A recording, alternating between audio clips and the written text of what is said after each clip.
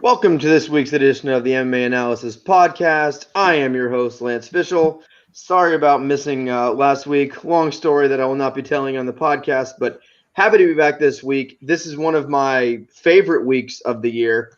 You got the NCAA basketball tournament, and most importantly, you have the NCAA wrestling tournament, which starts tomorrow. So I will not be working the rest of the week. This is a sports weekend. It should be a national holiday. Great weekend coming up. New Sean, how are you doing? Very well. I think we should throw to Wes. This is the biggest news of the fucking day. Maybe you get these guns. You know. There we go. Those are some sod lifted arms. They're human. Look at these. Wes has back muscles. He doesn't have the definition in the arms. You got to use your back in that game, or you're out of commission. Yeah, you use up that back pretty fucking fast. Trust me. That thing is not what it once was. Yeah, it's been an eventful few days for the old sodsman. Figured the old man was probably shooting blanks for all these years, and so did we. Brad made the perfect statement about it earlier. It's pretty awesome to lose your virginity and find out you're going to be a father all in the same week. We should probably wait till the paternity test comes back. Yeah, we don't. Yeah, I mean, when my boy comes out looking like Eric Anders and shit, it's just it's not going to be good. But, wait a minute. Something's not right. Like, I can't pinpoint it, but is my UPS driver? Yeah. Hey. Wes, I thought you were 2%, man. I thought you were in the 2% crew. Yeah. Yeah, but it's pretty wild. I'm actually gonna be a fucking father, and I can't. I'm still in shock. I don't know. I go tomorrow for the first ultrasound. I guess it'll probably sink in a little more then. But yeah, pretty wild. At least I won't be the only one that has like pain and suffering on the podcast. Pain. Yep. Speaking wild. Of 2%, it's 2% enjoyable. 98% frustration. Yeah. Yep. I told the wife a little bit earlier. I was like, the baby's due sometime right around November, and I'm absolutely doing my October Vegas trip this year. It is fucking happening. I don't care what you say. Your sister can come stay with you or something, but I am going to Vegas in October. Yeah, we got to get that fucking up your Vegas plans. Well, COVID already did that shit. That's a child. What the fuck? Yep. Well, we haven't picked the dates yet this year. Usually we pick dates like literally when we're leaving. We're texting back and forth like in the airport, going, "So let's go ahead and book next year's." Like let's get this locked in. But we hadn't yet, obviously, because of the pandemic. But it's looking pretty positive that we're all going to be vaccinated here in the next couple months. So yeah, we got to get a date on. So if anyone does go to Vegas, we'll let you know when we're out there. We're going to be sheep, and we're going to get the microchip. Yep. So Bill Gates, you'll know exactly where I'm at all times. For sure. Yeah, it's totally worth it. But we're hoping to pick some dates and stuff for the next month or so. There's a conference that I can go to in Vegas that happens every year mid to end of October. It was canceled last year, obviously, but it looks like it's going to be there again next year. So I can just book it all through work. So I can just. The conference is like Tuesday through Thursday every year, so it kind of works out perfect. I'll just be there from Tuesday to Monday and see if I die.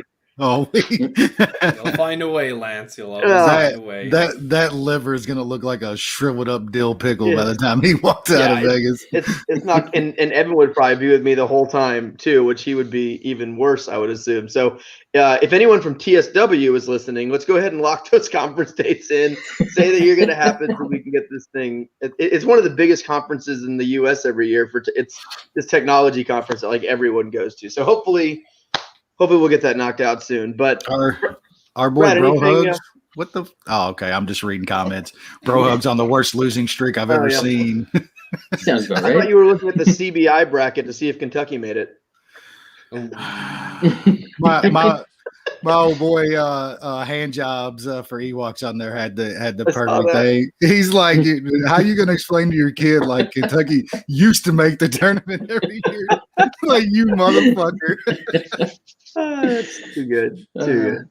Brad, anything going on in your life? No, like not the excitement that Wes has going on. I mean, this is wild. How can I compete with that shit? You got to have a baby. Yeah. No. Fuck that. Fuck that. I'm so jealous. Like Sean might still do it. I'm the only smart one on this podcast. Yeah. Well, Dude, I made it 20 years, bro. 20 fucking years. Well, I'm almost to the promised land. There's a couple steps where things get easier. And are they coming out at 4 years old? Well, my youngest starts school in August. So then both of my kids will be in school. So that's like step one. So especially I work from home full time now. There you go. It'll be good when they're in school. It'll be real good. Yeah. Ella hasn't left the house basically in 9 months. How is it now? How's that treating you? It's tough. Well, Shane started going back to daycare like last summer. He goes to a really small daycare with like 10 people. So it's a really small one. So they've been in there for a while, but Ella's been virtual school. So it's like she'll be on Microsoft Teams calls and I'm on Microsoft Teams calls and I'm like, what does my life come to? Starting them early. They really are preparing us for the workplace when we go to school. Yeah. Huh? I know. Like it's crazy. She uses like all the same tools and stuff and like her calendar. And I'm like, she's in second grade. Does it better than you? Yeah. It's interesting. It's interesting, but it'll be good when we get back to school because we held her out for the whole year. So it'll be August when both the kids start back up. But enough about me. We'll jump right into last week's card, which I got to tell you, I love the main event. To me, Perfect. That was the only thing that would have been better is obviously Belal winning the fight. But I think this is actually better than Belal winning the fight. Way better. Like, this is way better. Just like everything that happened, right? So yes, Leon looked good in the first round. He won the first round for sure. He looked good. He was facing the number 14 ranked guy, I think, and he won the first round. He cheats. He committed a fight-ending foul. Hey, we're nothing against cheating. Just do it well. Yes. Don't do a fight-ending cheat. Yeah, don't literally a lot. dip a hook into the guy's fucking socket and scoop that shit and like scoop his eyeball out. So the whole thing played out just so Leon Edwards of it. Like he is very true to himself of being an idiot.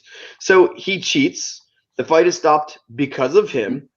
He comes out after the fight, says he doesn't want a rematch, that Belal doesn't deserve a rematch or whatever, not interested in fighting him, and then calls for a title shot.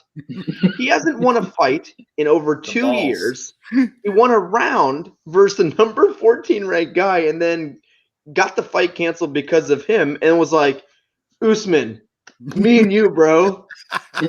Like, dude, to me, I think at this point, I agree with the part of I don't need to see Leon Edwards fight Belal Muhammad. Oh, no. That was nothing left. No issue with Belal. He stepped up. He took this fight, whatever.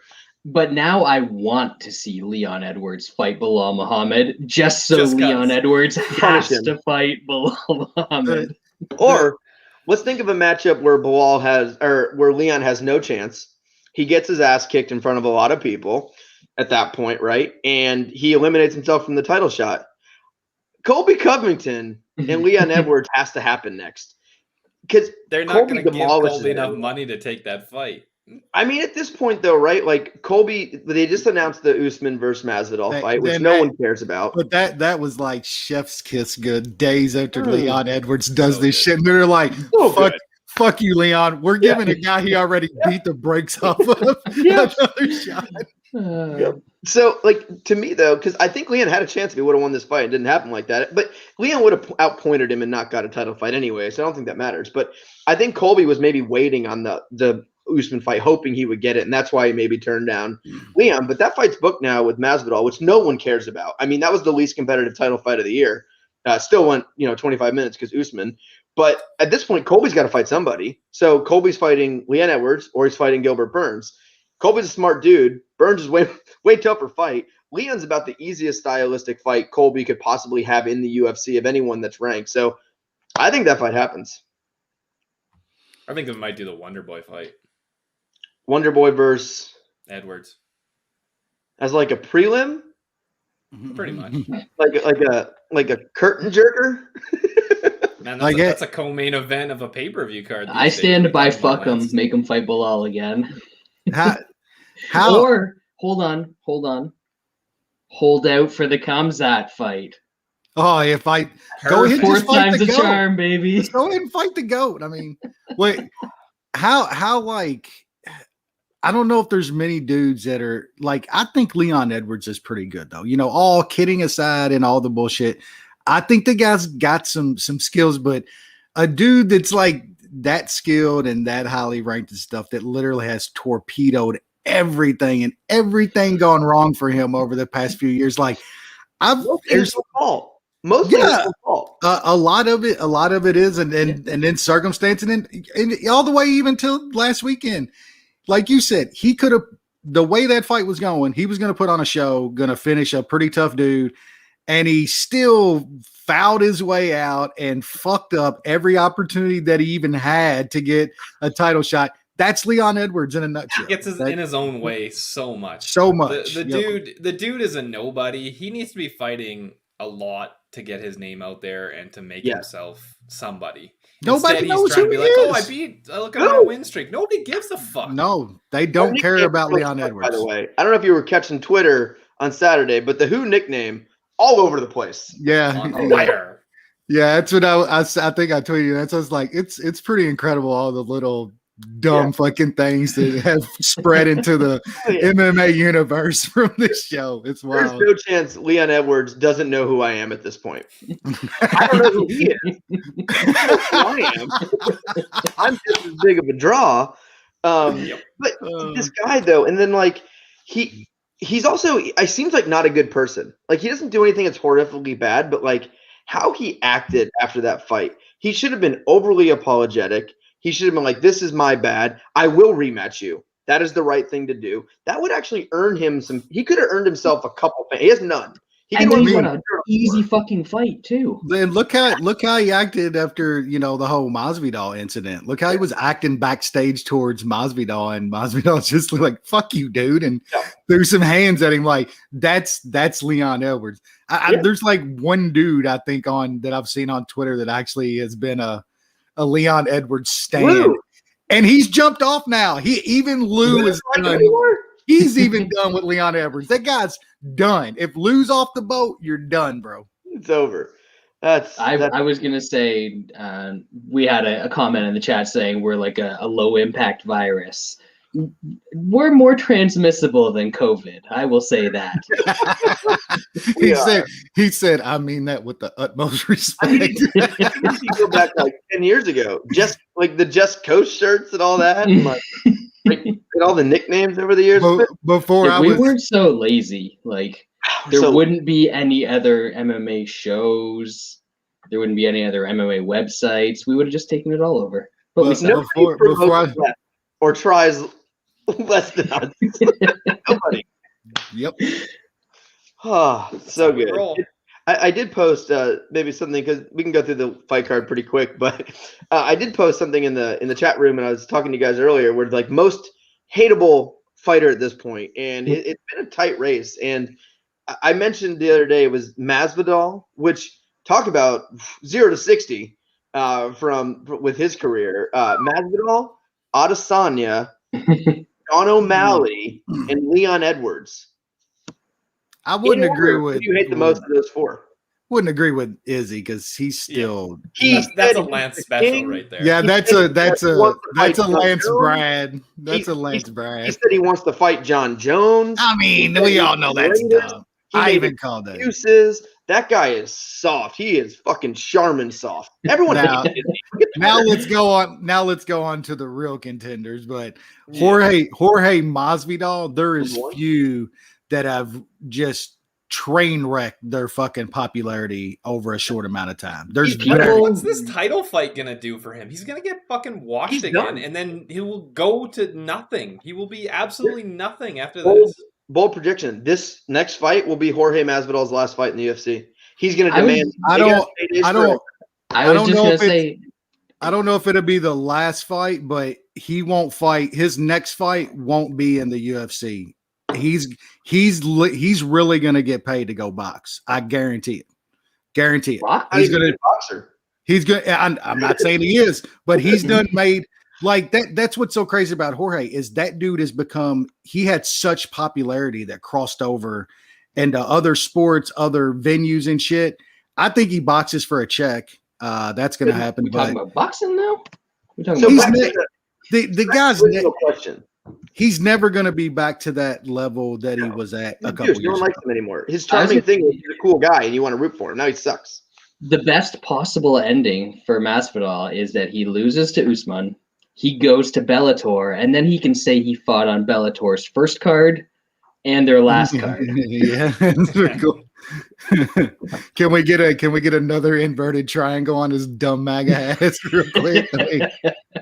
I'll take that. Where's Toby Amata when you need him? Where's he at, bro? Wes, real quick. So in your 4 most hated of those 4, what's your order? Of those 4?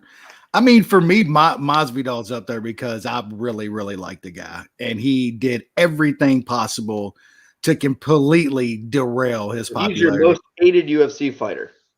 I don't know, man. It's Kobe Covington for me. I don't like that guy. This is fake, though. That's all fake. We're talking about real person, real. So those are the 4. You got to pick from those 4. Who are we now? Masvidal, Adesanya, Sean O'Malley, Leon Edwards. Well, Masvidal, Edwards, O'Malley, Izzy. Like O'Malley, he's not. He's just an idiot. I would swap O'Malley and Edwards because, like, I'm nothing Edwards. Yeah. I guess that's true. Yeah, O'Malley literally is. So yours is Masvidal 1, O'Malley 2, Edwards, and then Izzy. Yeah. Who's your 3rd or 4th? Well, I got Izzy last in this list. Brad hates Izzy. He's definitely not last on Brad's list. I would put him above Edwards. O'Malley has given like weed smokers a bad name, like, and that just rubs me wrong. Humans a bad name. What about you, Sean? Yeah, Masvidal, O'Malley, Edwards, Adesanya. I have O'Malley 1. Whoa, that dude. Whoo. I'll fight him. I will fight that guy. I will fight that guy. I got O'Malley 1. I got Adesanya 2, second most hated fighter in the UFC right now. That guy, fucking now he gets beat up by Jan. He's like, "You're coming for you, Bones. I'm the king." Oh, man. Like, bitch, watch your fight. He's number 2. I'm gonna go Masvidal 3, and then that's it. There was only 3 guys on the list. What about Diaz? Yeah, that's what I said. I'm nothing Edwards. That's perfect. I wasn't clear. Active. Right. Actual, it doesn't count. Actual guys that actually fight up. Yeah. Guys that had some sort of decision on their record over the past 2 years. All right, let's now move on to the rest of the card from last week, which a couple good fights. You know, there were some good finishes in the main card. So much stupid shit. Yeah, Matt Semblesberger knocked out Jason Witt in 16 seconds. I got nothing to talk about here. Well, I mean, the under inside the distance, that was just one of the easiest bets on the entire fucking card. Barely hit. I think we all like that. Yeah, we barely got that one across, didn't we?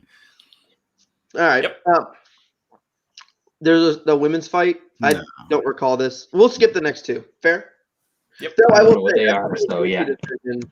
I didn't pay attention too much, but I was in the cabin in the middle of nowhere. We weren't really doing stuff. Real bad. That was a bad decision, that Courtney Casey fight. Oh, yeah. Real bad. One of 2 horrendous decisions on this card. The other one's worse, but this one was bad.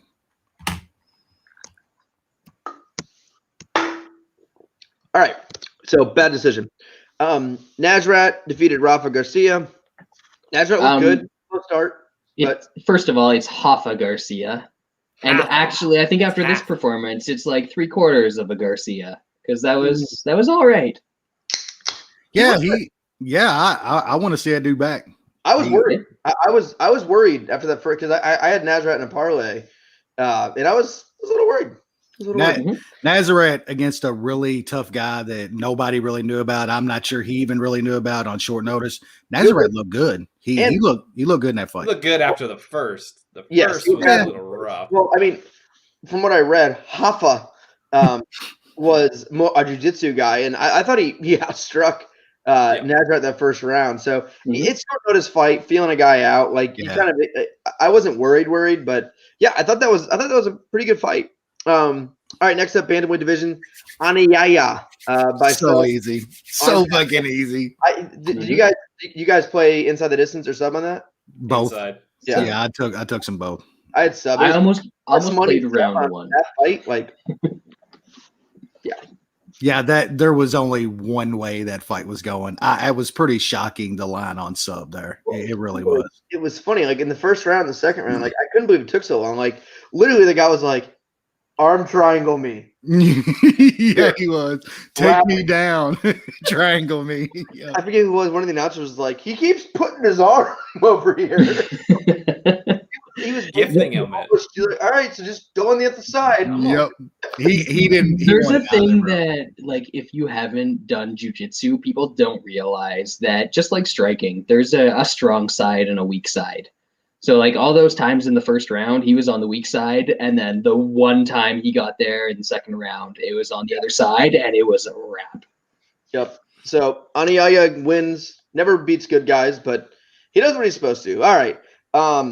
Featherweight, Charles Jourdain defeated Marcelo Rojo in what was a good fight, and I thought Rojo looked pretty good. I'm not as high on Jourdain as a lot of people because he is Canadian, so we know the story there. Fun fight, and I got to give it to Jourdain, man. Like, and the corner advice in between rounds, Jourdain's corner was like, "You could be down 2, man. Just saying, like, go get it." You never know. I think he did. He said that too in the corner. Yeah, if I'm a corner guy, any round that I would say, if my fighter has less than 25%, or like if the other fighter has 25% winning a round, I'm telling my fighter that lost that round every fucking time. I'm like, shit, gave that one, better get it back. Like corners sometimes, like I hate when corners are like, yeah, we should have that one. It's 1-1, but what if it's not? And you try to wrestle and lay on him. And Jourdain, man, he went out there and got it. Like that was vicious. That was not an early stoppage. That was not, that was a beating in that third round. Great fight though. I understand why they didn't because of the performances, but this was a clear fight of the night for me. Yeah. If he didn't get that stoppage, that's a draw. Yeah. I thought he was down, and I didn't think a lot of Jourdain going in either, but it was split going into the third. Yeah. The judges. Oh, was it? Okay. Yeah, I thought Jourdain. I gave Jourdain the second. Yeah, that's what the judges gave him. Yeah. Jourdain's got good skills. It's just he gets hit. I mean, he's shown a decent chin so far, but there's going to be somebody that actually has some good power, and we'll put him out. Yeah. I raised his stock up a little bit, though, for me personally going in, because I didn't think much at all, but that showed me something. Like going out and taking a fight like that showed me a little something. Well, I think it's like outside of the toughness, to me, it's like a guy that goes out and gets it. Like says, fuck this, I'm going to get it. Like he was just forward. Like he didn't take a breath. He moved forward. Like he went for the finish every second of that third round. And like, that's not only how you finish fights, because not everyone going to get a finish in the third round, but that's how if you are 2 downs, like you can at least get a draw. You can get some scorecards. Yeah. And how many we see that literally are going there and even like try to go all out and maybe hurt a guy or sometime or get some strikes and then shoot for a takedown or something like that and just blow any chance of winning. Like that's some mentally strong shit to go out there and take that fight. Well, and he also dropped him, got on top of him, dominated him a little bit on top, and then was like, wait, this isn't how I'm going to win this fight. Stood back up and then knocked him out again and finished him. So that was a very self-aware performance. And I'll take a little round 3 prop on that one. Yeah, you did. Nice. That was a big one. Yes, sir. Nice hit. All right, Angela Hill defeated Ashley Yoder. It happened. Choose on a decision. Got a little sketchy on the old decision. She beat her up pretty good. We know even being that big of a favorite, getting taken down and controlled for like 3 minutes in the third round, that's why she should never be that big of a favorite. Because she's always got those spots in every fight to where she's on her back getting controlled for chunks of a round every single time. Yep. All right, enough of this. Yeah. Women's fights, horrible. All right, Eric Anders, no contest. And there's a lot of talk on Twitter about this, and it was everyone, of course, was talking about the Petr-Yan fight, and how it was similar, and why was one a DQ and why one was not. And here's the thing: I think one, Darren Stewart was dead before that knee. I think was one. Two, there was no referee warning not to knee him. Which maybe that's important, maybe that's not. But Herb Dean was like taking a nap, standing up like normal. And then 3, to me, why I would not do it as a DQ versus a no contest in that situation is it did nothing. The knee did nothing. It was a glancing blow. I don't even know if Stewart knew he got kneed. Like I don't because he was already concussed. He didn't. Yeah, like Herb Dean just stopped that already. And the Jan Sterling fight, that was one of the biggest knees you'll ever see in that Jan Sterling fight. That's not like a jumping knee. If you wanted to DQ Eric Anders, fine. I would not have DQ'd him. I actually agreed with Herb Dean. I also got Herb Dean pretty good the other day on Twitter. I don't know if you guys saw that. Yeah. I think I got a favorite in on that one. It was not bad. But yeah, like Anders didn't hold the dude in position like Jan did for like 5 seconds before he kneed him. There was like Stewart was out. He was fucked up beyond belief, but at least he was like stumbling around and moving and shit. You might have thought that he was trying to stand up. Like I can get that in the Anders scenario. It's if you want to say that those two scenarios are the same, I mean, you're just a racist. That's all I have to say.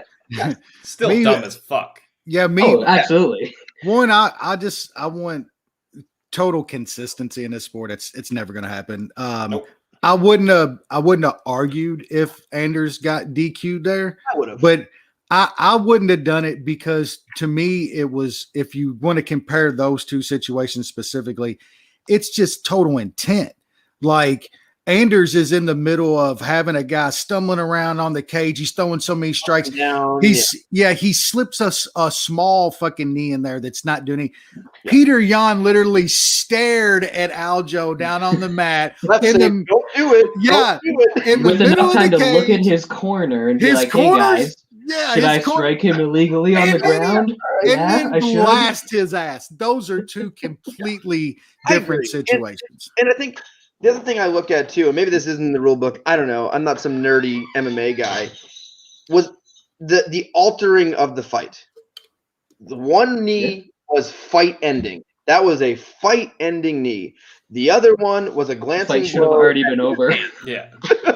Herb should have probably already called it. The Anders tweet to Petr-Yan though was the hand taking word illegal. He was when he was like, we're like pride rules brothers. You know, and he had that picture like the white guy and the black guy. And Anders had some good tweets on it for sure. Yeah, you know what? He looked phenomenal. That was the best I've ever seen him. It's crazy, man. After that first couple of minutes, he looked shitty at the start again, and then he finally got hit, and then he figured it out. You know, whatever. But like, to me, that was Stewart's not great, but Stewart usually holds his own when he's in the feet, and Anders not the most technical, greatest striker. I thought that was the best Anders. I actually knocked him up a good peg there. Who could imagine taking a year off for a guy like that would do some good for the brain? You know what I'm saying? Like, you gotta let sauce congeal into something. Yeah, no doubt.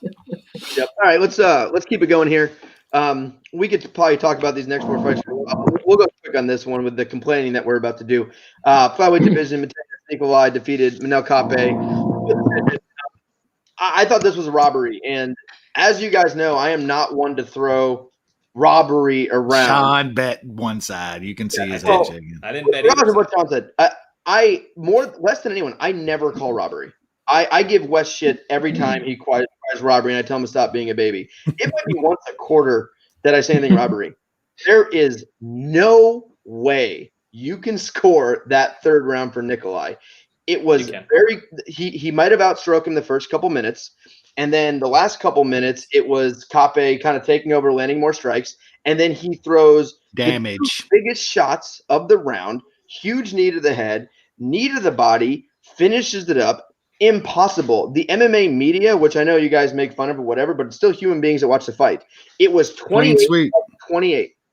Yep. Scored for Kape. If that is not a robbery, and that is not just a disgusting decision, I don't know what is. Only dude I saw say something was our boy Steve G, and he bet Nikolai, and he even was like, "Man, I don't know about that one." We can't say all the time that damage is supposed to matter over anything. Even people on the show, I hear say that constantly, and he's right, and he's completely right. I don't say that.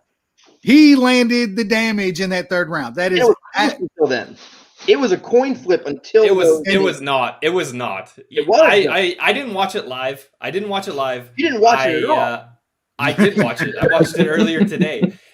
Nikolai won 4 minutes and 15 seconds of that fight or that round. 100%. He was landing the way harder shots on the feet. Way harder shots. That guy was hitting them clean. He doesn't know what a hard shot is. They don't know what a hard shot is. The only hard shot he's taking is in the glory hole the night before. Like I still scored it for Kape, but that was not that close. Right, but here's the thing. That was a pretty close fight. Here is the thing.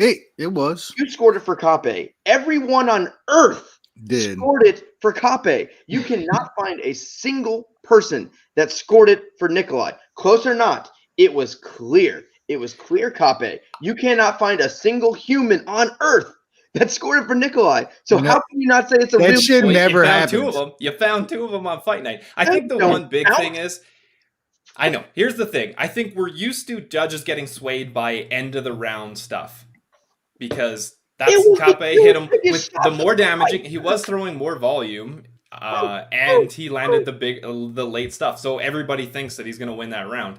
It was a close round. I think that was a coin flip or a little bit of an edge to Kape. I don't think it's that big of a robbery. You have a guy throwing some volume, doing no damage, whatever. Kape maybe losing the round. No, he was landing the way cleaner shots, man. Go watch that shit again. You got fucking dropped. He got fucking dropped in that round. He didn't get dropped either. He got dropped. He didn't get dropped. You're fucking drunk out in the cottage watching that fight. That has nothing to do with it. What you say?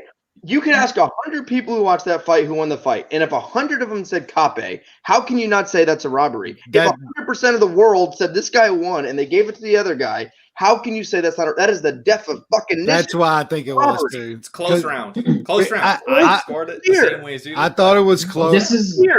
This is why you guys need to live bet, because Kape was plus 700 by decision after round 1. And Nikolai was plus 500 by decision after round 2. So I was just sort of sitting there like, yeah, something's going to happen here. But how did you score it? For Kape. Everyone did. That's why I thought it was robbery. Nobody on this fucking platform, on fucking Twitter and the MMA space agrees on anything ever. And every fucking card, was Kape. Saying it was close. That does not matter. It was clear. Small sample size. It was a bad decision. Let's move on. It was a bad decision. I don't think it was a robbery. It was a bad decision. Dude, what's the difference? There's a big difference. See, for me, difference when fucking Diego Sanchez wins, like fucking get the 30-27 scorecard. That's a big difference. It was down to one round. It was one round scoring. It's not like you can. The first 2 rounds were clear. All you need to do is judge the third round. 100% of people scored for Kape. That's why it makes it a robbery to me too. Like I think it was close too. You're absolutely 100%. Right. It was close but clear. Everybody scored it one way. That makes it a robbery to me. Everyone scored it. That is the I never see that. Let's move on. We got more important. Next 3 fights were robberies. That's for sure. People scoring it, and the other guy got it. I think probably one of those idiots, BJPen.com probably scored it for fucking Diego Sanchez. Let Sean get on to puffing out his chest here a little bit so we can move on after this. So bad. Anyway, Davey Grant, fucking killer. Love my dude. Was that Munich last week? No. That's what I said to do for Munich, I thought. No, you didn't. Yeah, I said doesn't go for Davey Grant in the Martinez fight. Oh, we both bet that, but I don't think we should. Munich winner. Munich. Yeah, Munich winner. Just how we drew it up, Lance. Davey Grant, badass. All right, Dan, knockout. Ige. I was saying for the last few, all of last week, I thought Ige was the easiest line on the card. I thought it was the lowest line on the card for no reason. Easy fucking winner. Gavin Tucker's Canadian. What are you guys expecting out of this shit? Bingo. A guy that never wins by knockout against a guy who took some of the most beating you've ever seen in your life, and somehow he one punches him. Just Canadian. He fucked me too. I take anything from that. Yeah, I tweeted after that, like, that's exactly what I get for ever trusting a fucking all you can take from that is Canada's terrible. John, here you go. Here's to prove you wrong. This guy, BMR, said Kelton rewatched it 4 times and scored it for Nikolai every time. If that doesn't show Jimmy the Drunk, though? Jimmy the Drunk scored it for Nikolai. Look at him. That guy looks like knows what he's talking about. If Kelton on rewatch 4 times scores that for Nikolai, if that doesn't show you that it's a robbery, you can count that dude's beard on individual hair. You wanted one soul? Soul scored it for Nikolai. There you go. Your fucking logic is Kelton's net worth is $17, which is 17 Keltons. The man's literally going to the Jacksonville card on Barrett vouchers, dude. Like, do you think his card seriously? Suckers. Yeah, suckers. Dude, so the other day you guys posted in the chat room, I retweeted it and then he instantly deleted the tweet. Fucking killer. The carnival tweet? Yeah. We're like 2020 tweet of the year. Absolutely 2020 tweet of the year. We got Jeremy joining the old podcast. Hello, boys. Jeremy, we miss you. We miss you greatly. All right, let's move on. Light heavyweight, Span defeated Serkinov. I think we all knew this was a possibility. I know I bet Serkinov. I assume you guys might have as well. That was the consensus. Yeah, that was our consensus, yeah. Well, what's consensus? Serkinov, not good. Can't get just chinny. Yeah, he's just chinny, man. Guy's really, really skilled, I think. Chinny.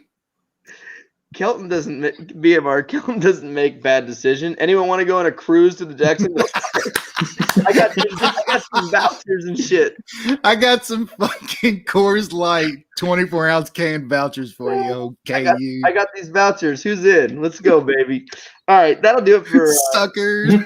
Yeah, that'll do it for this card. I had fun talking about this, maybe more than I enjoyed watching the card, but it was chaos, man. There was 2 no contests and 2 brutal decisions on the card, and there were some crazy knockouts. So, all right, let's move on now. We'll move on to this week's card, which is UFC on ESPN. This is on ESPN?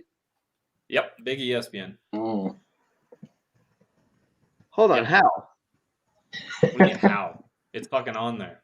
The wrestling's on ESPN on Saturday night. Is this going to be on the Deuce? No, this is on full ESPN.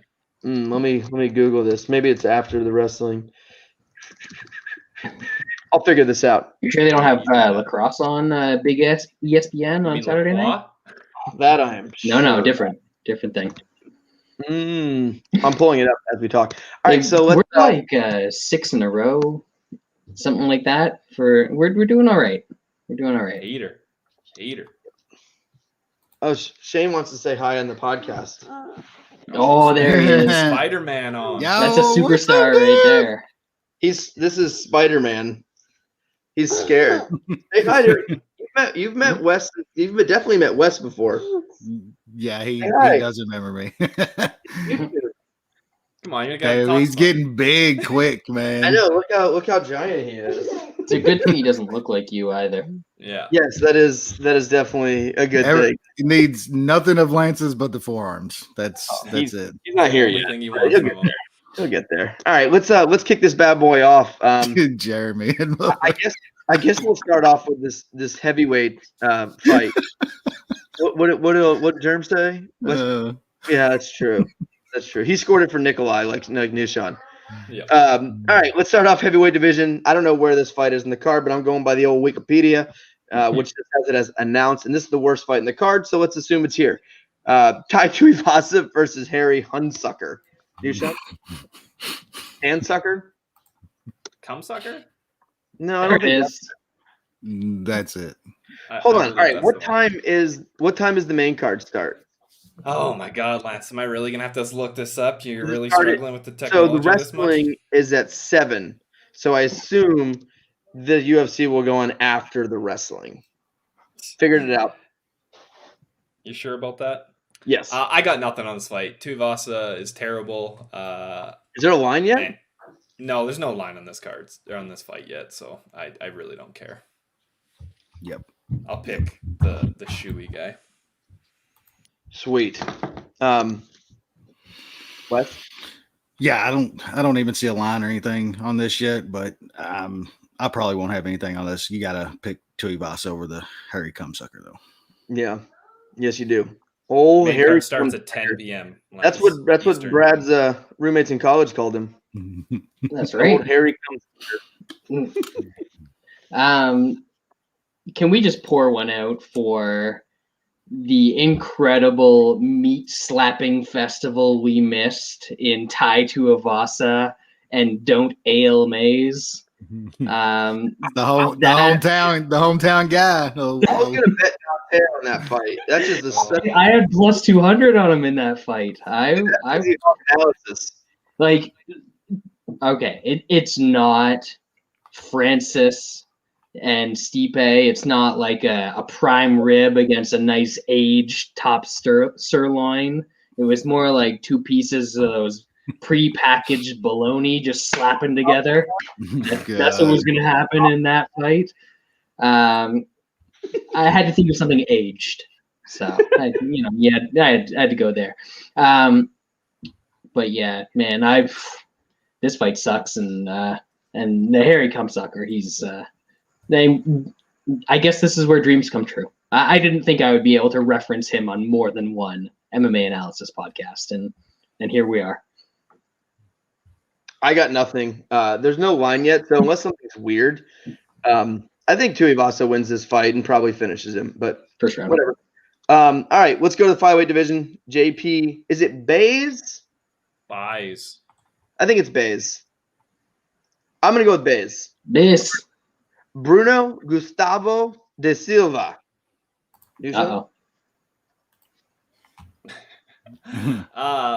Some people are pretty hyped on JP buys. I don't know if that's just because Silva is not very good.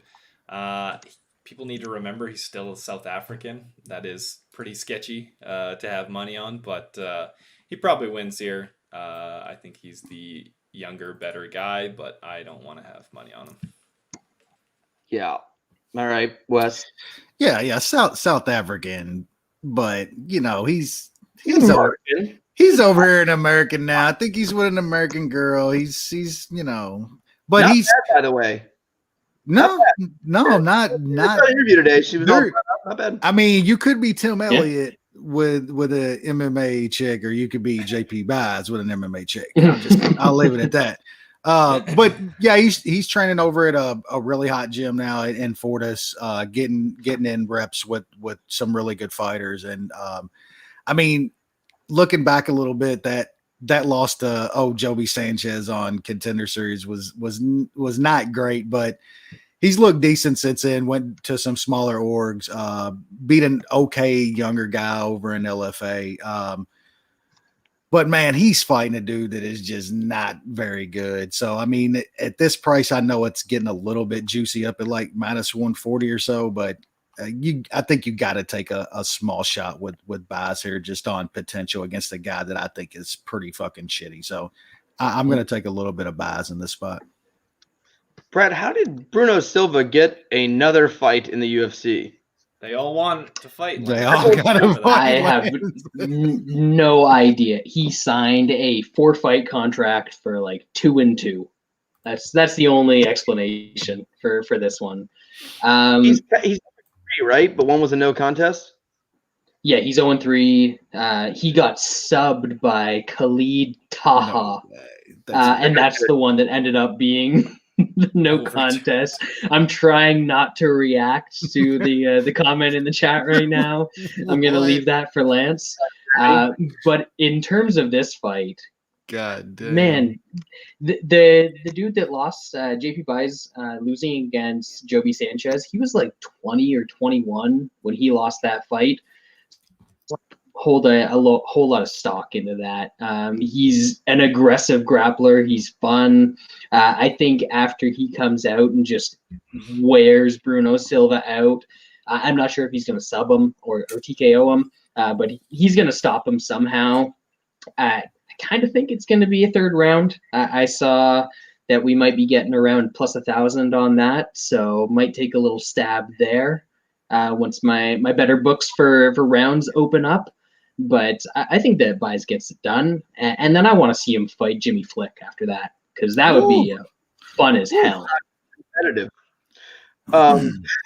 Yeah, so first, Jeremy, he mentioned to us, Bro Hugs is now down 27 units in 2021.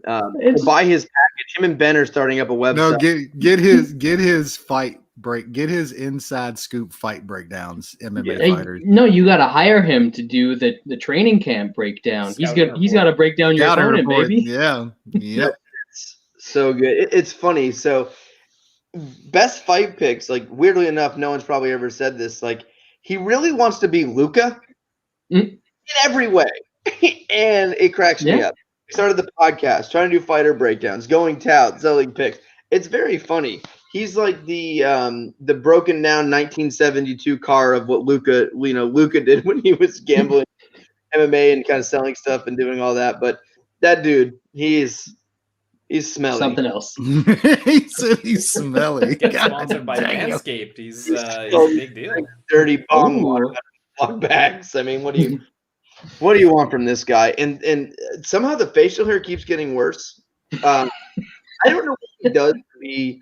Ugly dude. God damn, Lance. Not wrong though. My face is super fucked. I got an ugly face.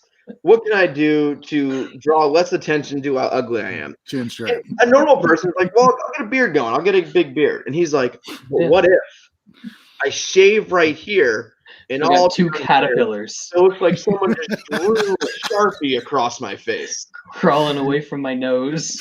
Yeah, it's I don't even know. Have you ever like shaved and just shaved like here? Like what I do is I'll grow a beard out and then I'll leave some kind of funny mustache for a day, just to do a day. But if you shave right here, you're losing the possibility of the funny mustache. The handlebar, you gotta get going there. So I don't know. Enough of that. I like JP Buys here. Bruno Silva is a trash can, and I think the UFC likes this idea of a husband and wife. They're fighting on the same card. They're both pretty exciting. They're both pretty good on the ground, and I think the UFC likes these two. And I think they gave him a fight that he can win, and he can win pretty easily. Bruno Silva's here for a reason, and that's to lose. And I think Buys is going to get the finish here. Silva can be subbed. Buys is going to go for the finish. He always does. And me and Brad were talking to the show, arguing back and forth over what we're able to do for Munich, and we both ended up going with JP Buys inside the distance, which kind of snuck up on us when he was talking about JP Buys at minus 140, and I was like, holy shit, he's inside the distance plus 250. Let's stab. So Munich back this week. Munich. South African Munich, which if you know the movie, I'm just saying. Just saying. Munich. JP Buys inside the distance plus 250. Interesting line there. He wins all his fights by finish. He's minus 145 straight, but plus 250 inside the distance. We'll take those all day. All right, let's now move on to the women's bantamweight division, which not familiar. Julia Avila versus Juljugu Stoliarenko. Sean, top prospect there. Are you in the dark? Are you being safe? Like, I'm switching my tabs around. He's trying to channel the background spirits to a black background. I'm trying to figure out who this chick is. She's bad. She's real bad. Yeah, she was on you that. You gotta be more specific. Which one? She was on the. I didn't know which one you were talking about, but yeah. No, she was on the chick tough. She's like horrible. One lost to Eubanks, one lost to Kunitskaya. Yeah, the other chick. Hard. Yeah, she's bad. Hard pass. No. Dog walk. Yeah. Alvia's gonna win easily and beat this chick up, but I want absolutely nothing to do with it. Not bad. Minus 380. Avila, not bad. She's gonna crush girl. I don't know, Brad. Like honestly, as much as we want to shit on these fights, and last week I was like, "Yo, low level MMA, bet the dog." Honestly, throw Avila in whatever parlays you want to throw her in on this fight, because kill this girl. This other chick is fucking awful. Mm-hmm. You go to tape study? You tape studying this? No, don't need to. You even tell, bro? Yeah, this is bad. This is like she's so bad. There's not even a chance for an armbar from guard in this one. Dude, she has 7 arm bars by guard. I'm taking her bets up. She has 7 arm bars by guard in her last 10 fights. Plus 850. There you go. That's the line to play if you're gonna bet her. Trash. She is trash. What's Hey, her by Lance, bet online Stoliarenko by submission in round 1 plus 2,000. I use legal betting and I don't use offshore sites anymore. So he likes getting shitty numbers. What kind of Jew are you not getting the best number? I use 3 different books. I get the best line on everything. It's amazing. Sometimes I get points better on basketball bets on that. No, I MMA props. MMA. No, that's only because you bet them after Ben bets them, so you get a better line. Yeah, that's the key. All right. No comment. All right. Montel Jackson versus Jesse Strader. Okay.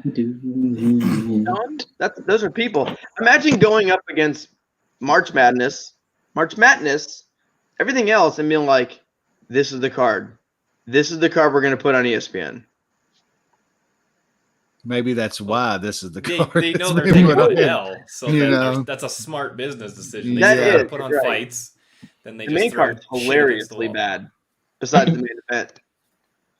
Yeah, this is a tough one. I kind of looked into this is a tough one. Fading. No, well, I want to fade Montel Jackson. It's just not going to happen in this fight. This guy, late notice. Montel Jackson, you basically have to be a pretty decent wrestler to be able to stuff his takedowns and take him down. I don't think this guy is going to be able to do it. I think Jackson's probably just going to finish him on the feet. Yeah. Wes, do you think Spencer Lee will be a 4-time NCAA champion?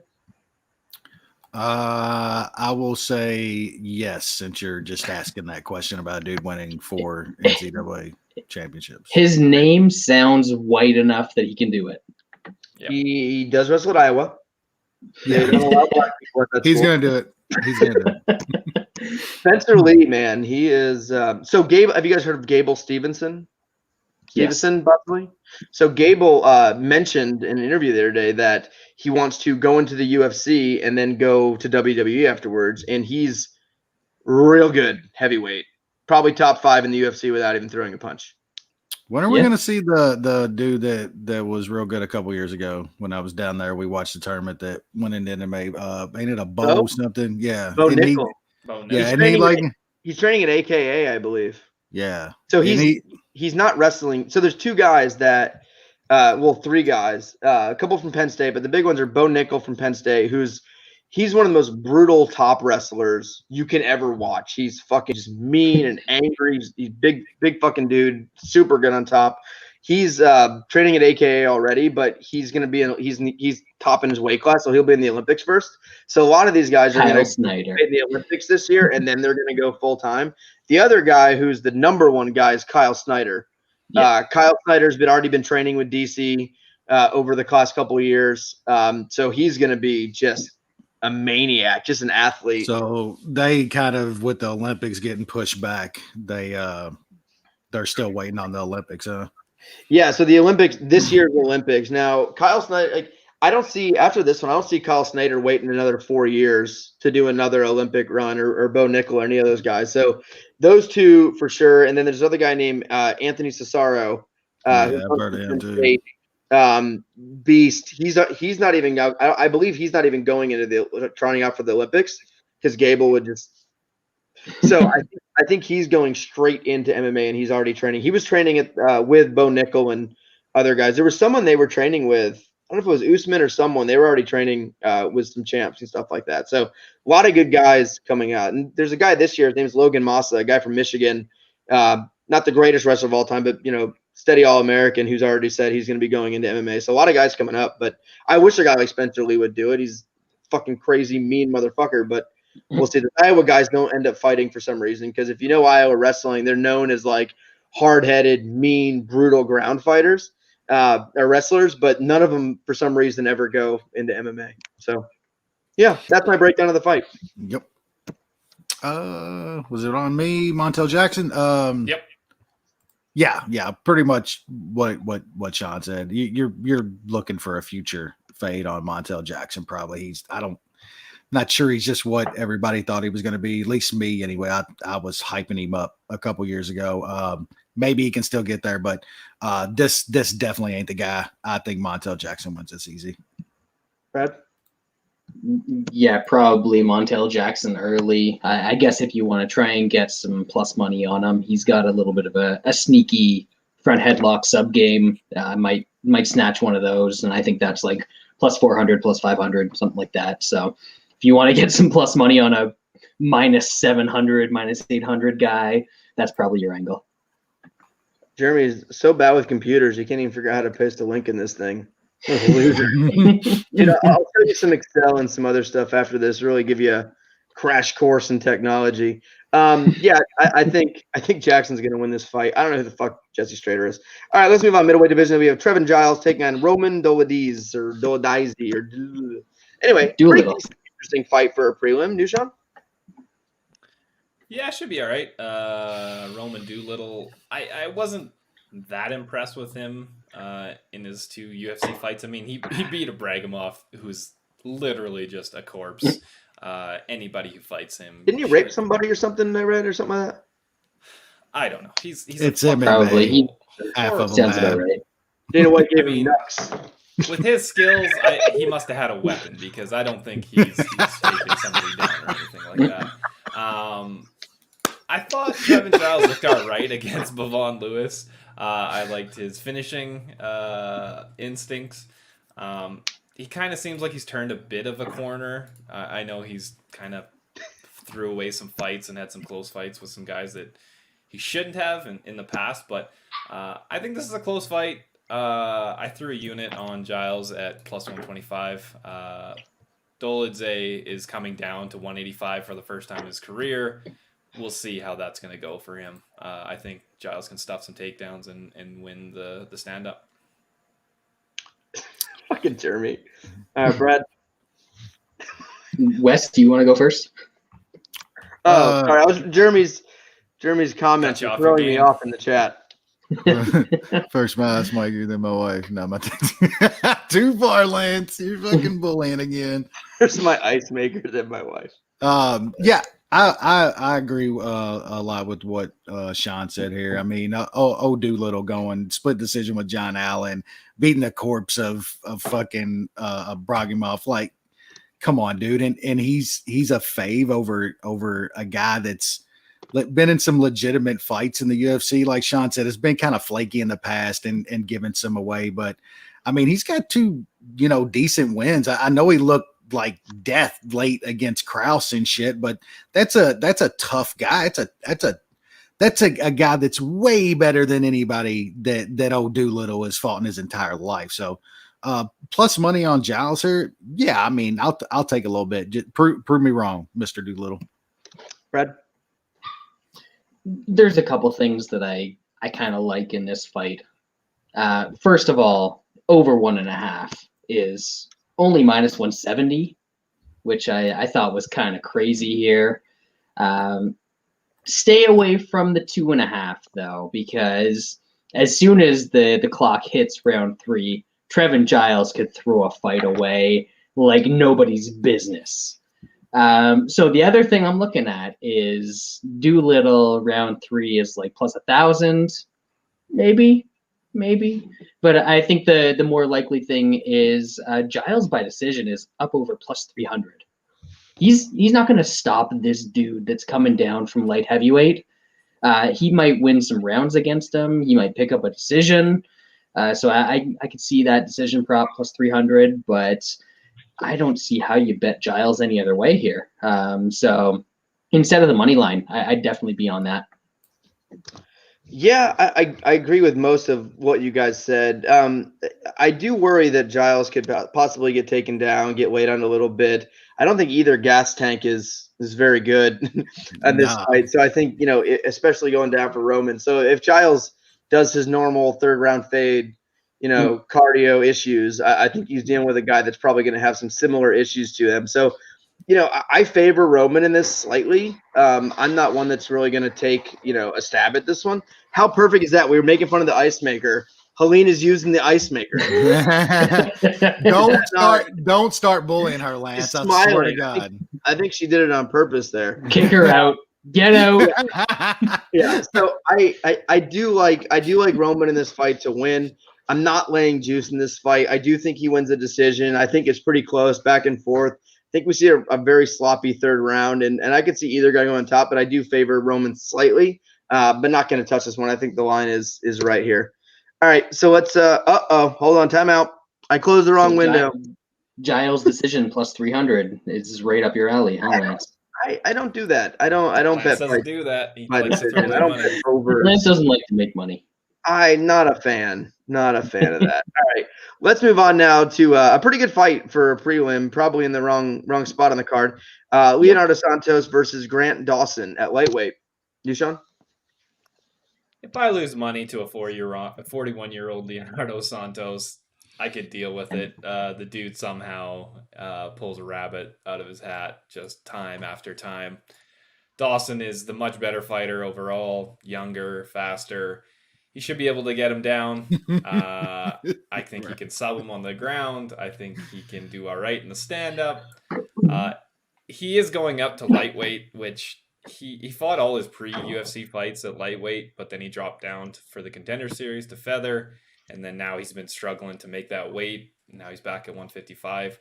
It's a bit concerning, but maybe he'll have a better gas tank at his probably proper weight class. So I think it's going to be Dawson. I put him in a parlay, just a 1 unit. Yeah, he's kind of been a 145-pounder, I guess you could say. Has he ever made 145? Yeah, on Contender Series. Yeah. Huge for one. Yeah, he should be a 155. He's not a 145-pounder. Yeah. Wes? Yeah, I think that, like Sean said, being at 155, I think that's an advantage here. Like, especially if he's just like there to stay and fills himself out. So that guy's large, and he's just like Sean said. He's going to be the faster, stronger, younger guy. I think he bodies old Santos up, man. And I like Santos. Like, that guy's put off some shit over his career.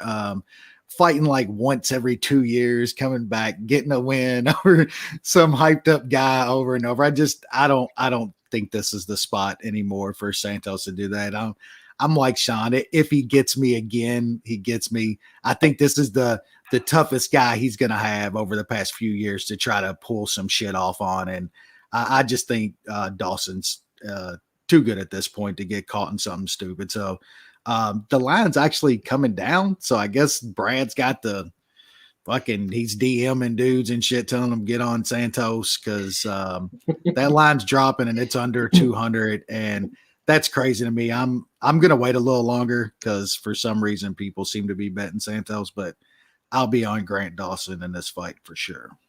Brad?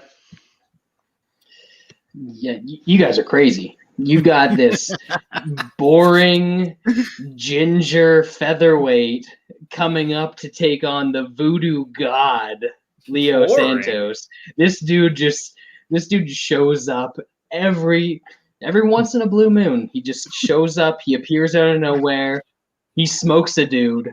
Like you guys are saying, Dawson's going to be the younger, more athletic guy. What was Kevin Lee supposed to be to this guy? How many years What ago happened was to that, him? Brad? And That was Lee's 6 years ago. Yeah, exactly. And then he beat Adriano Martins, and then Stevie Ray was supposed to be the younger, more athletic guy. 35 and 41 are very different ages. And then even I thought that the boring Russian that he fought in his last fight, who would just keep shooting takedowns, would eventually get them. But no, this Santos trains at Nova União. He's actually got that good takedown defense. That although Nova União isn't a thing anymore. He's got that takedown defense, though. I don't think that Dawson's going to be able to get him down, and Dawson sucks on the feet. Dawson is great once he gets on top of guys. He's got great top game. But getting to that point is a little bit scary. And I don't think he can do it against Santos. I like the old man in this one. Honestly, I'm not sure if it's just he avoids the takedowns and lands the better strikes for 15 minutes, or he just lands the one big one and puts him out. Because if Hugh Pauly can knock you out, I'm pretty sure that the shaman Leo Santos can knock you out. So Brad's boy. That's Brad's boy. I'm taking the old man in this one. I got him here. He loves him some old Brazilians, don't he? When he got knocked out by Pauly. There's not an old Brazilian that Brad won't win money on. Well, I like Dawson a lot in this fight. I think Dawson has good enough wrestling to get this fight to the ground. And I think he's going to, but he's not. I think he's going to be pushing him against the cage, making it dirty. You said he's boring. I think that's a good strategy in this fight. Push him against the cage, work the body, get takedowns, clinch, get takedowns, maybe a couple around, be able to beat him up there, stay out of trouble. It's an easy game plan here for Dawson. And I think even with him going up, he's going to be the way stronger fighter in this fight. He is not a 145-pounder. He's not even undersized at all for 155. He's a strong guy. He's not athletic. He's an athletic guy. He is very strong, and he has decent grappling. Athletic. Have you seen the color of his skin? That man is not athletic. He doesn't have the best striking. I do agree. It's very bad. He's facing a jiu-jitsu guy. I'm not worried about that part of it. I think this fight just plays out in the ground, and I don't think Santos is going to sub him from his back. So I think Dawson wins this fight rather easily. Santos has not looked good in his recent wins. He didn't look good in that last fight. He didn't look very great in that fight. And I don't know. He's 41. That is a long time removed from that Kevin Lee fight. That was 6 years ago. It doesn't seem like that old, but this guy fights once a generation. He doesn't have the damage. It's about damage. It's not about years. I will be betting on Grant Dawson. Does anyone have anything to say about Marion Reneau versus Meishy Chiasson? Chiasson decision plus 125, 1 unit. Reneau round 3 can take a beating. Reneau round 3. The other chick's gonna gas herself out and get subbed. Eileen Sean. I'm taking a piss. I'm taking a piss. Hard pass. All right, we're gonna have to go quick to this one. Big fight here. Cheyenne Bays versus Montserrat Ruiz. I believe they found her on the side of the road like 3 days ago. Is that correct? Man, they all want to fight. This is short notice, like 3 days, right? I don't know. I think it is. You guys have anything to add? They said this chick trains at King's MMA. I never heard of her. Everyone has people that need to clean the mats, Wes. Yeah, boxer size class. It's King. Dana's got a soft spot for those boxer size coaches. Yeah, that's for sure. I'll take the Bays one. Do you guys have anything to add here? You good? Yeah, buys, however the fuck you pronounce it. She wins. Who cares? All right. Well, let's move up to the next fight, which this fight, not too bad. The next four, not horrible. Pretty decent scraps here. So we have in the welterweight division, Song Kenan versus Max Payne Griffin. New Sean?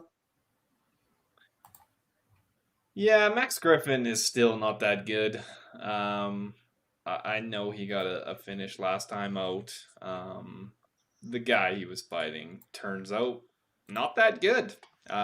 Surprising, seeing as he's lost 3 of his last 5 fights, but somehow getting that shot in the UFC is pretty hard to do these days.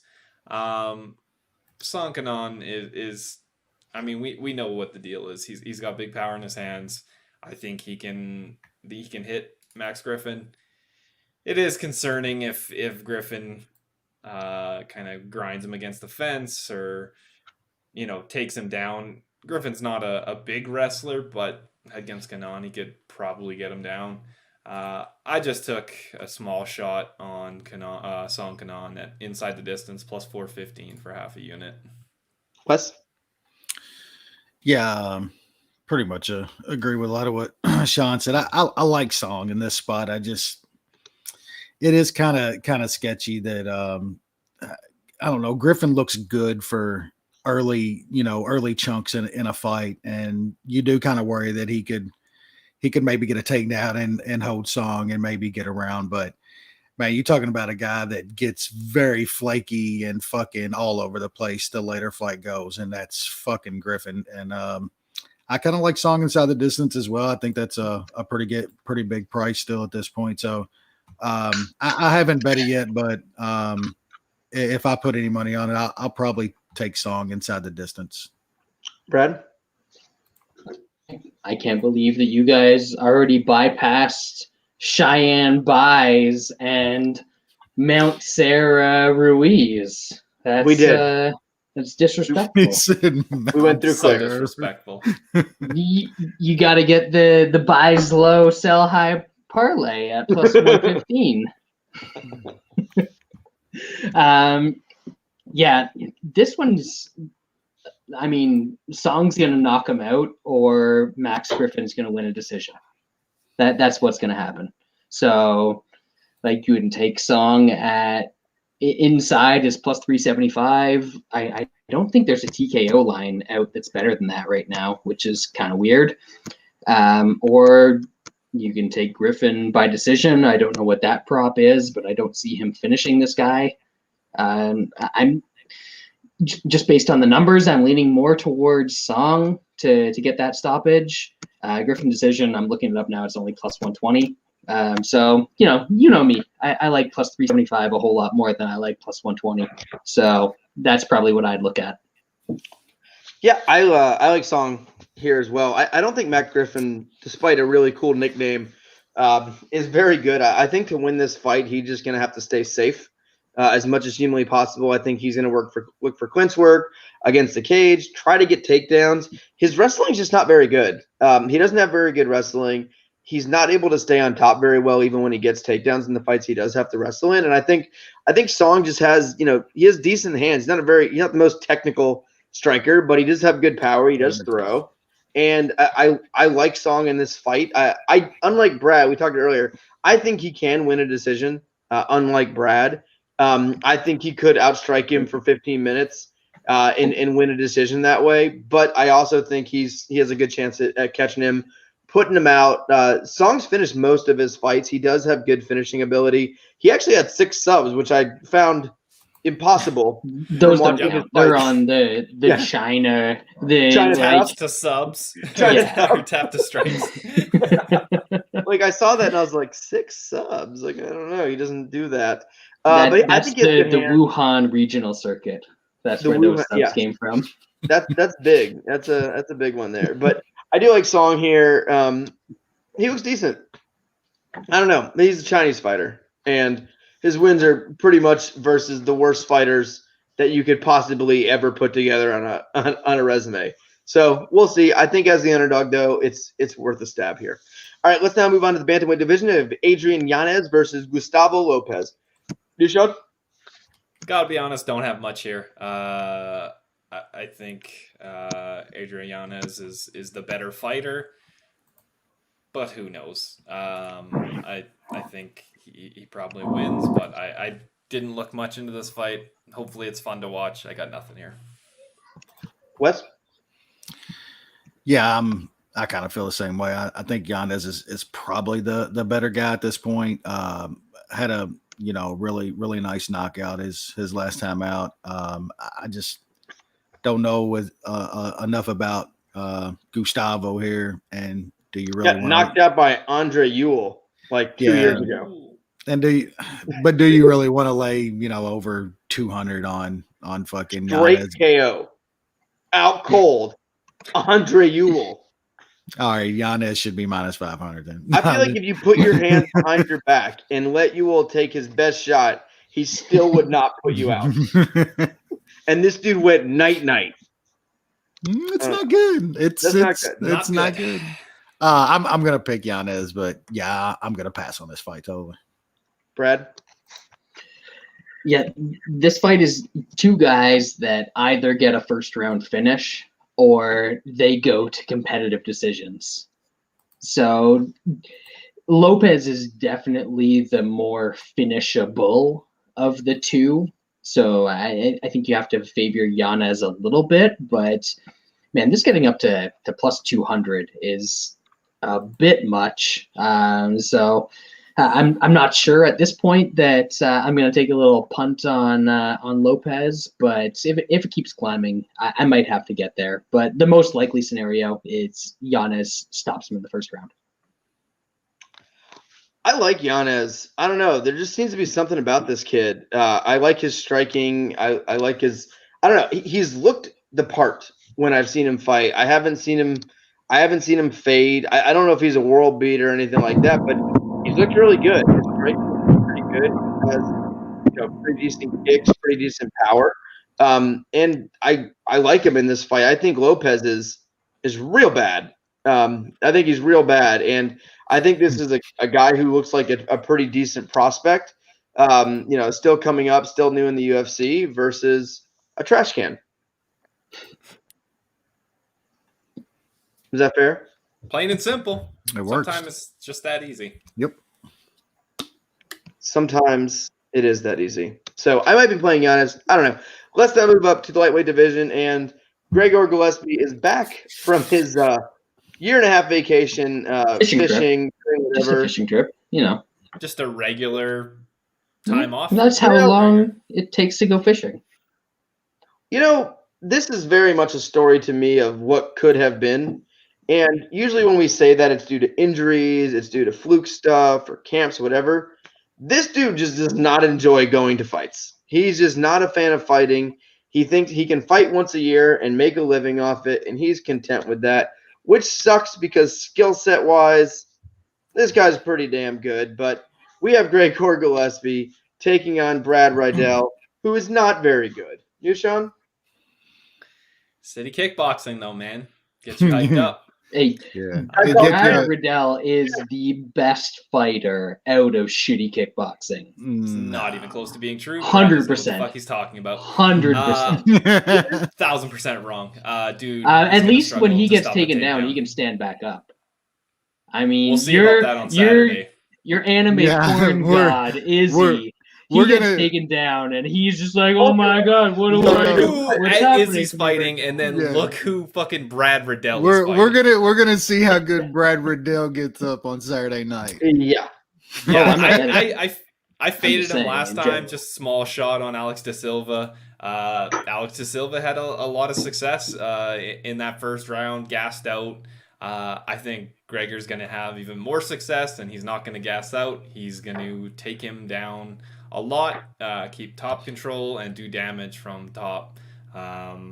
Obviously, it's always concerning with Gregor because dude never fights. He doesn't care if he wins or not. There's no interest. That is very concerning. He also did get fucking flatlined last time, but that was a year and a half ago at this point. I got him in a small parlay, 1 unit with Dawson, plus 115. They're just small edges I see. Some things a bit concerning, but I think Gregor wins, and he might even get him out of there in the third. Wesley? Yeah, I mean, I think this all completely comes down to is Gregor there? Is he there to compete, and is he there to win? He's gonna ragdoll this dude. I mean, Sean's right. Like De Silva was having all kinds of success in the first round against him. I bet him in that spot too. I like that Gregor took his usual fishing trip off. He definitely needed it for the brain after that last one. But do we think this guy's Kevin Lee in any way, shape, or form? Like anywhere close to that? Gregor's still like an unbelievable fucking fighter when he's actually competing. I think he's going to truck this guy. I got the same parlay myself, and I'm going to be looking at the points handicap when it comes out.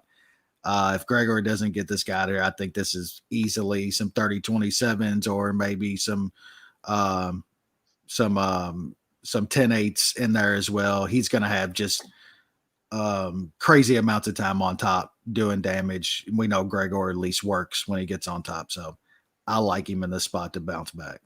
Brad, is there any way a former NCAA champion and 4-time All-American wrestler would lose to a New Zealand guy on the same night of the NCAA wrestling finals?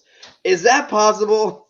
I didn't even need to know what the question was. It was no. No. Like it didn't matter. And me saying that Riddell is the best fighter out of shitty kickboxing, which he is, it doesn't mean anything here. Like, he's been taken down by everybody that he's fought. Yep. And he's never fought anybody that's even as close to as good a wrestler as Gregor is. And Gregor just got knocked out last time, and he knows it, and he knows that he can be knocked out, and he accepts it. And he's going to come out, and he's just going to wrestle the fuck out of this Australian dude. This guy's going to want to go and take, like, a self-imposed Evan Tanner trip in the outback after this one, because he's just going to get ragdolled that bad. Not too soon. Never too soon. No. 2021. I can't even have my potato head out. I think that Riddell's... Lance had to burn his parts of his Dr. Seuss collection. Had to cut out pages. I think he's good enough to survive, but Gregor Gillespie's winning this fight, and I'm gonna take a little decision plus 230 because I think that's kind of crazy in this spot. I think that Riddell can make it 15 minutes, and I'll take that on Gregor here. Yeah, I obviously like Gregor here. Great wrestler. I do think he gets a finish. If you look at Gregor Gillespie versus anyone with anyone he fights with, he's been finishing. Like before the Kevin Lee fight, I think he finished like 4 of his last 5, maybe 4 or 5 in a row. And he does finish guys. And Riddell is he's a kickboxer, right? And when you have a kickboxer who's facing a wrestler who's going to be wrestling, he's going to be grappling, Riddell's going to gas. He is going to gas bad in this fight. And I think once we get into that third round where Gillespie's fresh as can be, Riddell's been fighting for his life, just trying to get guard back, trying to stand up, trying to stop takedowns. I think we're going to see a sloppy TKO type ground and pound finish here. I just can't see Riddell lasting 15 minutes with Gregor on top of him. I think the arm triangle is going to be there. I think the ground and pound is going to be there. I don't think, Gregor's not one of those guys that's going to dive out for a submission per se, but I do think there's going to be a lot of stuff out there. I just don't think this is competitive. And I would hope, maybe he wins this fight. Maybe he wins it impressively. And in his interview, he doesn't say, I'm going to go fishing. He says, I'd like to get a fight in the top 15. I'm 33 years old or 32, whatever he is. Like, it's time for me to start actually fighting and fighting more often because he is letting his career kind of slip by at this point. You can get old really quick. So I think Gregor dominates in this, so I will have him in a parlay. Now we move on to the main event of the evening here, and we have Derek Brunson, Cisco, my dude, taking on Kevin Holland. Actually fanned both these dudes. I love this fight. I thought this was the perfect fight for both of these guys. Great main event. You, Sean? Yeah, it should be a fun one. I like Derek Brunson here. I've never really got the Kevin Holland hype. I've obviously lost a little bit of money against him. I don't think I've really faded him much. Maybe but, 5 times. I sprinkled Jacare. That was a fucking wild finish. Too. Yep. Before you move on, that was not Jacare. That was Ronaldo Jacare Souza has like a twin brother named Ronnie Tequila, and that's the dude that showed up to that fight. Dude, he was hurt from the first punch inside the guard. He was like, "Whoa, oh no!" Because they kept talking about how it was that one punch after, but I've seen the highlights a million. He was literally hurt where Kevin just kind of stuck his arm out like that. Oh god, because you can see Jacare doesn't try to pass, he doesn't try to move. He would just kind of like just covered up. Ronnie Tequila, ladies and gentlemen. That's the most shot chin I've ever seen. I'm not kidding. More than Koscheck. More than all those, Jacare has the most shot chin I have ever seen. Ever. He got knocked out with a jab from on top of a guy in his guard. That being said, Jacare, in all his shotness, was still able to take him down with absolute ease.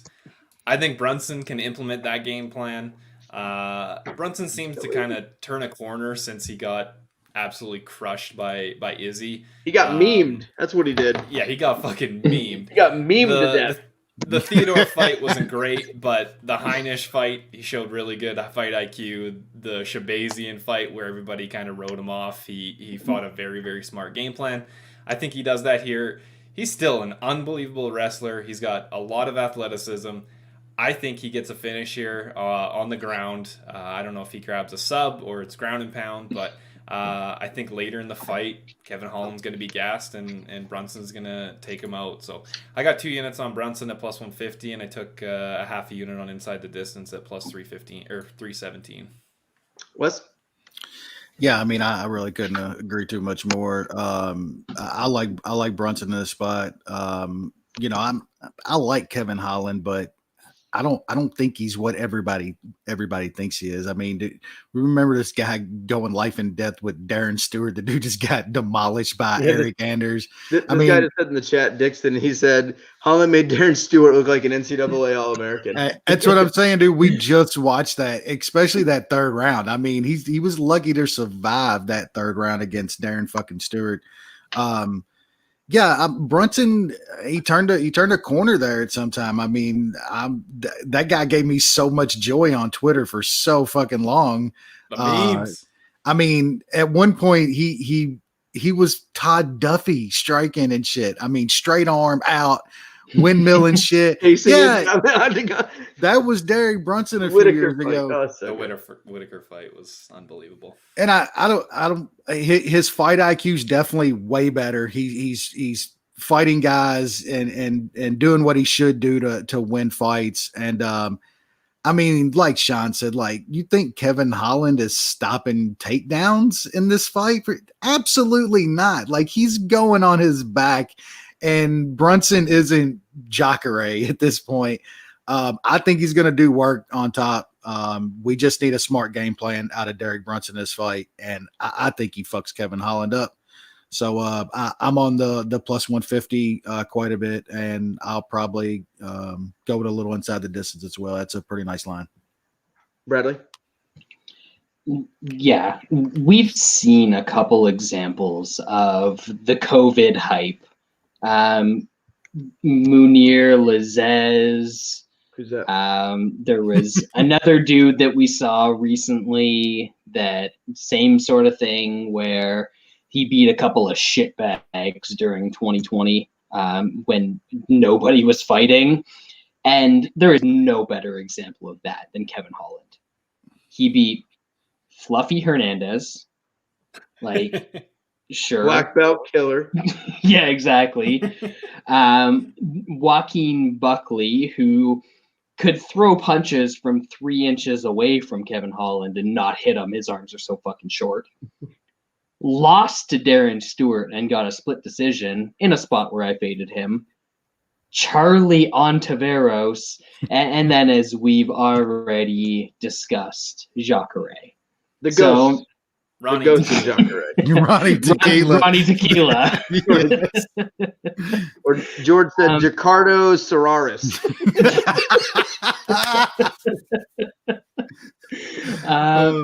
Yeah, like we've seen Holland struggle against wrestlers, and there is absolutely a chance that he wins this fight. He could land something in the first round and get Brunson out of there, but the more likely scenario is that he gets taken down. And he thinks he can knock people out from his back now, so he plays around on his back, and then he gets taken down again, and then he gets taken down again, and then he keeps getting taken down, and Kevin Holland gets tired too. He doesn't have the greatest cardio in fights, so I think that come round 3, round 4, I think that Holland's going to be struggling here, and I think that Brunson probably can get him out of there. So I like Brunson. I already took a unit at plus 150. We'll see where the line ends up. I might add a little bit more, but definitely Brunson for me. Yeah, on the same page here. I like Brunson in this fight. I'm still worried.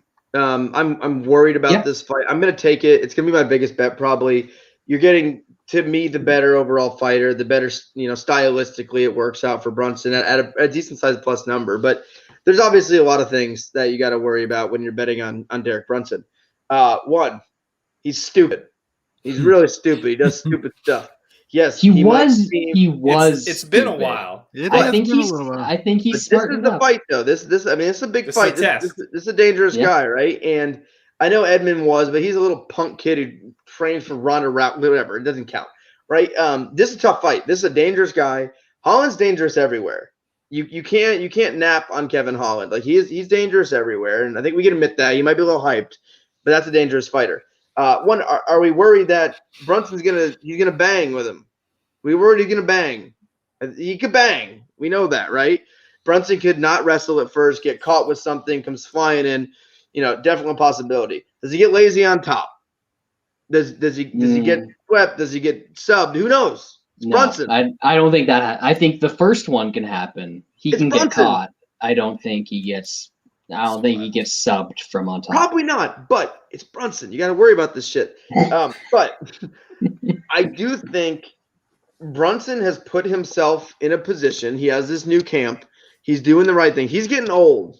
Brunson's old, and I think in fighting, usually with age comes wisdom. And I think he's realizing – I think everyone keeps talking about the camp change. Brunson's also 37. He's like, maybe I don't want to get slept on national television anymore. Maybe I should use my wrestling credentials. Maybe I should fight smart. Maybe I should do this. And I think at 37 years old, Brunson has to know if he loses this fight, if he says something stupid, that's it, right? Like he's not getting back to that top echelon. And everyone in his position believes he can get to the promised land, get to the title shot. And he beats Kevin Holland, even though Kevin Holland's not this top 5 guy or anything. That's a big step. And I think Brunson knows he can wrestle this dude. He can wrestle this dude without blinking an eye. He can take him down over and over and over again. Kevin Holland sucks at getting up. He usually just quits when he gets taken down. He might throw some punches in the guard or get comfortable with throw his legs up, but he's not getting up. He kind of quits. Brunson very heavy on top. Brunson has decent ground and pound. Brunson is not probably going to get subbed if he's on top of him. I think Brunson is also way stronger than Kevin Holland. I think he is a much bigger guy, a much stronger guy with the better grappling chops and wrestling chops. So I think this is all Brunson. And I think to Brad's point, I do see Holland getting tired in that 4th round. It's a lot harder to be the guy on bottom, defending stuff, stopping from passing, stop trying to wrestle takedowns, versus a guy that is picking you up, slamming you on your head, and just being on top and throwing ground and pound. So I actually think Brunson gets a finish in this fight. I think it's going to be ground and pound. I think it's going to be later, kind of like the Gregor fight a little bit, but Brunson has some vicious ground and pound. I think he can get him out of there, and I think Brunson knows he can fight smart in this fight and still get a finish. He can get on top. He can throw those bombs, and I think Brunson just dominates this fight from bell to bell, which I think is before the 4th round. And I think we see, a late 3rd stoppage here from Brunson, not even maybe getting in the championship round. So I really like Brunson here, despite my worries that automatically come with betting on Derek Brunson. And that is the MMA Analysis consensus bet of the week. So we're all on the same page here. So I'm sorry, Brunson. This is it. Run is over. We apologize ahead of time. We've been hot. We've been hot up until Have we? A last couple week. in a row. Yeah. All right. Who did we have last week? Well, last week was bad. Cirkunov. That's what we get. It's a Canadian. Once you factor in the exchange rate, it doesn't count. Canadians in reality should never be Munich or consensus. Brunson round 4 plus 2,800. Round 5 plus 3,300. Just saying. Rally, Brad. Holland in the third round against Darren Stewart would worry me a little bit. Yeah. Because I think by the third round, Derek Brunson could be smashing on a gas and fuck. I'll take it. Yeah, that's fair. Yeah. But those are insane prices that people really underestimate when non-grapplers are forced to grapple and what it does to their cardio, because it is much different than training. It is much different when it's life and death and you're fighting in there, you're trying not to get beat up. It's a lot different. I think people really underestimate the effect it has when you're more of a striker and you're forced to grapple a bigger, stronger guy in there. Different to your confidence too. Yeah. Like if you're going in there into a fight and the guy is just able to manhandle you, that is scary dude like Brunson too. Yeah. Brunson's big. We'll see. So can you be scary though when you got Cisco hair? I think so. I would be scared. Oh yeah, I'd be scared. I'd be scared to death. Yeah, I'd be scared. Like ask the 21-year-old Edmund that. Wesley Snipes and Demolition Man or some shit. You know. He was scared. That's right. Yeah, murder, death, kill. Simon Phoenix. MDK, baby. That'll do it for this week. We did good this week. Hour and a half. I don't know what we did differently. I feel like it was a shitty card. We talked about long time. Yeah, we talked about random stuff early on, but somehow we got there. Hour and a half. Yeah. Good work. Everyone, do yourself a favor. Watch NCAA wrestling this weekend, even if you're not a wrestling fan, even if you're not into it. It is the greatest tournament on earth. It is amazing. You will literally see the best athletes in the planet fighting for All-American status, fighting for national champions, and you will see future UFC stars on this card. There's a lot of guys, a lot of athletes that can go in there. Really appreciate everyone listening this week. We'll be back next week to recap this card and then cover whatever shitty card the UFC is going to throw at us. 260. The Hog's back. It's good shit. It's Hog. We got it's Ortega. Yeah. We got a modest Bukkake on that card. Yep. Like, we got a Bukkake party. Brad's You like, betcha. now. We got Jessica Penne. We got OnlyFans star Jessica Penne, huh? Next week we got a Bukkake on Penne. Yeah. O'Malley against the ghost of Thomas Almeida. Big Willie. Oh yeah, we got Thick Willie's back. Is that just a rebooking of the same? Yeah, it's a rebook. That is very much a meet off. London Enfield versus Willie Knight. That is a slap those. No, it's Brad's GIF he found where it's a regular Pringles can and then an oversized Pringles can. We used to always call that back in the day a meet off. Let's see. Not to be confused with a Medov. Yeah. Not to be confused. No, very different. All right, we're rooting this. I have to go to the bathroom. I appreciate everyone listening. We'll talk to you on Twitter. Thanks for listening. We'll see you next week.